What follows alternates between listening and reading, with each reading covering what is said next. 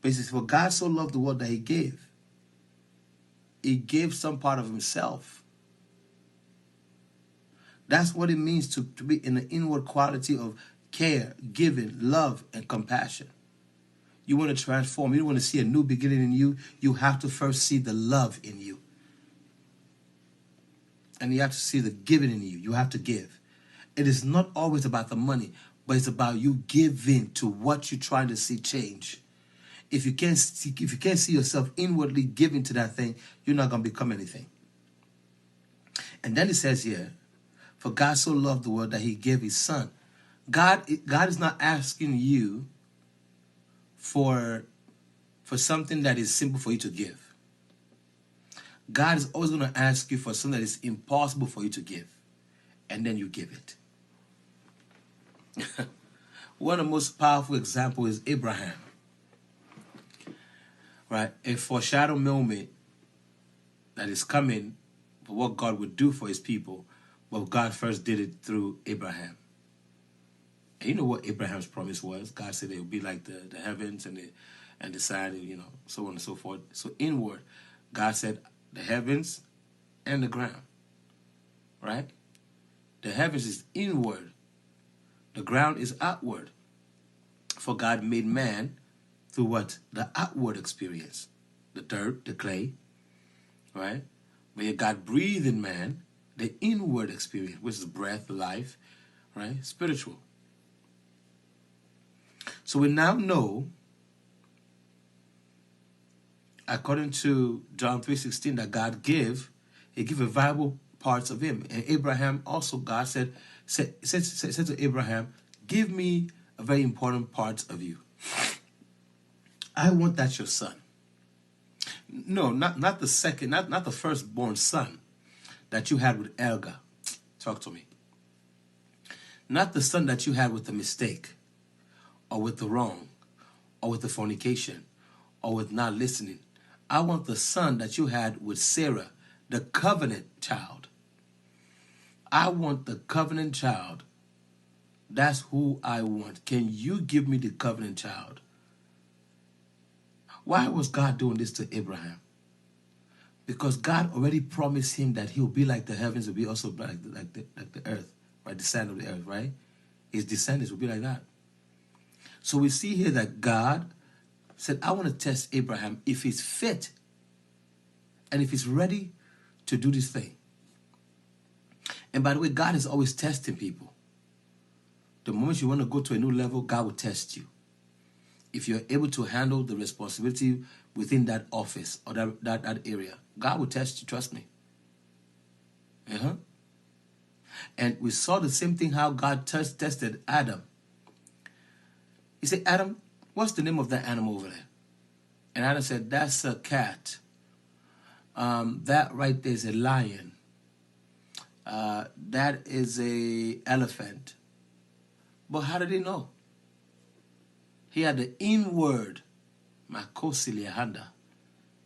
Tonight, I'm not trying to jump up because I'm feeling the anointing, trust me. I'm trying my very best to be professional because the way I'm feeling the anointing right now is biting. Not Joe Biden, but it's Biden. Talk to me. So, God said, go ahead and name the animals. They began to name the animals. It was an inward experience. It was something that God placed in his heart that began to play out as a recording. Begin to call them out by their name, prophetically. Right? Something that was never there, begin to call it what it is. And God said to him, he said, now you are ready for the rest of these other things that I'm trying to do with you. Now you're ready to be a caretaker. So when we're talking about inward qualities, God will always look at your maturity. There are people who are 50, still haven't matured. There are people who are 60, never matured. There are people who are 14 years old, 15 years old, 16 years old, mature. They pick up things quicker. There are younger people, much younger, I was looking at the news a couple of days ago, a 14 or 15-year-old young lady graduated with her master's degree. I'm sitting like, Where is this person's father's genetics? You know, because many people want to buy it.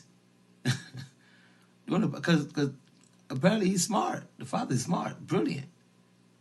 To have your daughter got a master's degree, you know, at that level, 14, I mean, at 20-something years old, doctorates, talk to me. Massive, massive success. I mean, at the age of 9 or 10 or something, or 11 or 12, she got a undergrad. That's amazing to me. We're over here trying to teach our babies ABCs, 1, 2, 3s.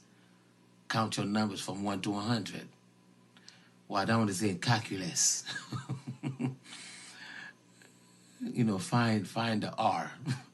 What is the answer to the X?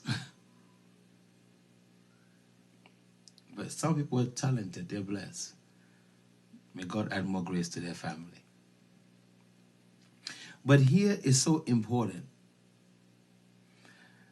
Concerning the inward, God looked at Abraham and said, I want to test you. God looked at Adam and said, I want to test you.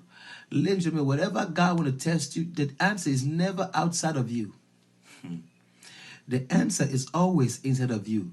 But it takes you to concentrate inwardly. Inward, inside. He that is in me is greater than he that is in the world. I hope you're capturing something here.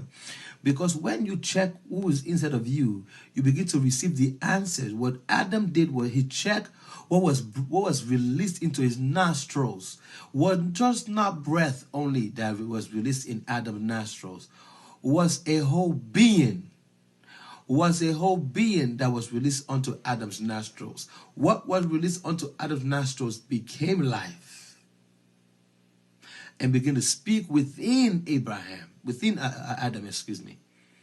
That what was released onto his nostrils became part of him and began to speak through him. So that stronghold, that supernatural being knew exactly the kind of body that goes in, the indwelling. We talked about that earlier already in the message. The indwelling. So it's already begin to know what's going on. Right? It's already begin to know. But I always say like Bible study is always linking up with the scriptures and then what we're talking about. There's some kind of link. It's always there. It's always there. It's amazing to me. And so Adam began to name the animals because he had the indwelling spirit. Abraham, didn't question God because why? He had an indwelling spirit. So when the generation was passed, the mantle was passed to Abraham, Isaac, and Jacob, the indwelling continued. Do you know in those days, there was never dollars that was released unto Abraham? When Abraham released unto his children, there was never dollars. What was released was blessing. You don't need the money. You need the blessing. It is the blessing that brings the money.